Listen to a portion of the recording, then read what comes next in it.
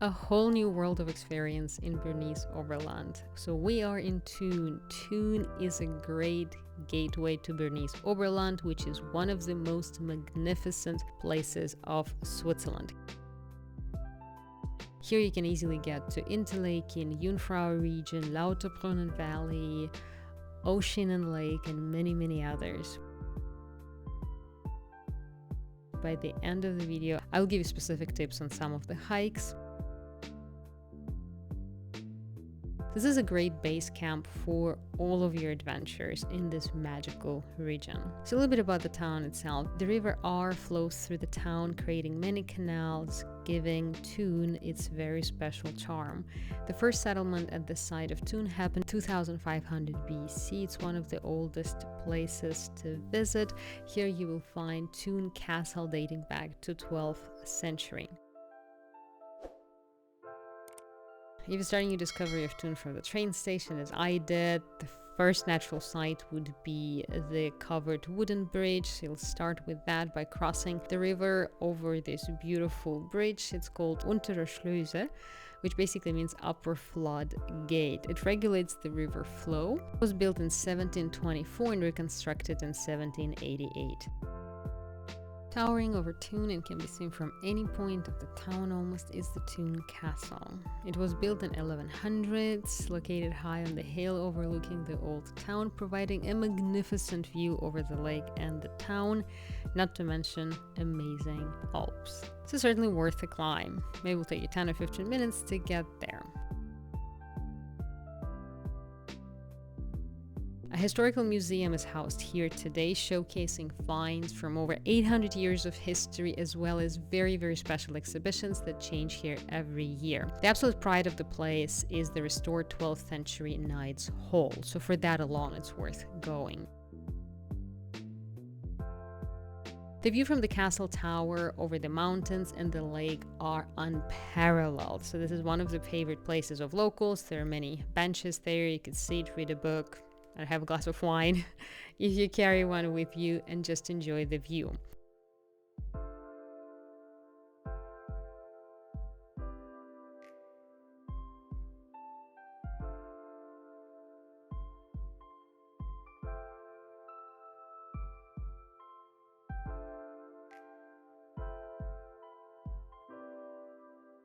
Right next to the castle you will see the 14th century city church with octagonal tower and Baroque hall.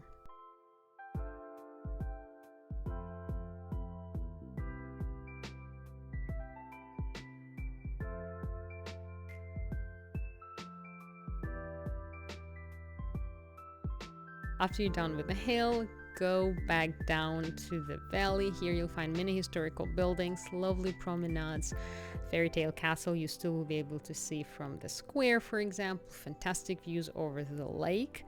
Against the backdrop of imposing Bernese Alps, Thun will enchant you as it did me.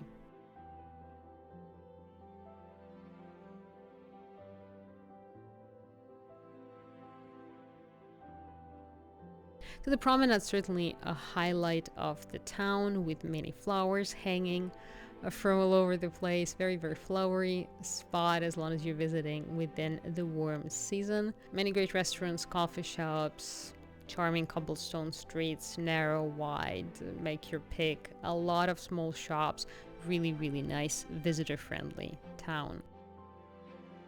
Eventually you will reach the Rathausplatz. From here actually you'd be able to go up to the castle as well, so that's something you won't be able to avoid. Here we're standing on the town hall square. That's a central plaza, large pedestrian only zone, lots of great old buildings, the Rathaus or town hall dating back to 16th century, a beautiful fountain in the middle, very German in that sense. During the holidays here you would have traditional Christmas tree and Christmas markets. So frankly, any season is a great season to visit Thun, because each and every season would offer its own advantages. I know a little bit about the history of this fascinating place. The name of the town derives from Celtic term dunum, meaning fortified town. It fell to Rome in 58 BC when Roman legions conquered almost all of Switzerland. Then it became one of the main centers of Roman administration in the region. Eventually, Romans were driven out of Thun and out of most of Switzerland by Burgundians around 400 AD. Our river became the frontier between the Christian Burgundians and pagan German-speaking Alemanis. The town was mentioned for the first time as Thuno in 1133. In 1264, Thun received town rights, and in 1384 was bought by the canton of Bern. From 1798 to 1803, Thun actually used to be the capital of canton of Oberland of Helvetic Republic. What is particularly interesting about the wooden bridge, not only the fact that it's a beautiful sight, there's also some surfing going on here, so if you have a board, I guess you can join the crowd.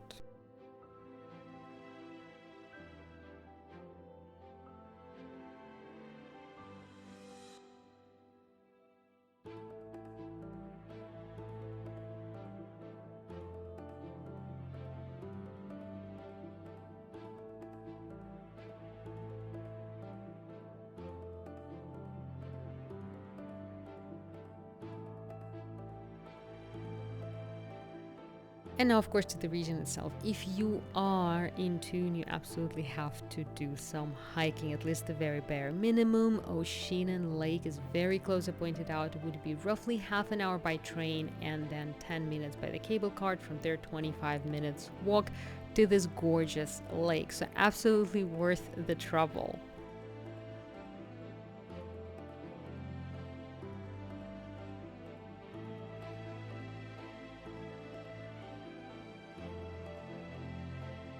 The lake was created by the giant landslide and fed by the series of mountain creeks and drains. The water is very, very beautiful, great for swimming. In fact, if you're in the summer, I would definitely recommend bringing a swimming suit with you. And then, of course, around here, there are plenty of hikes that you can do. The most interesting part is the lake freezes completely during the months of December to May, roughly, so even ice skating is possible. So certainly do not overlook the colder seasons.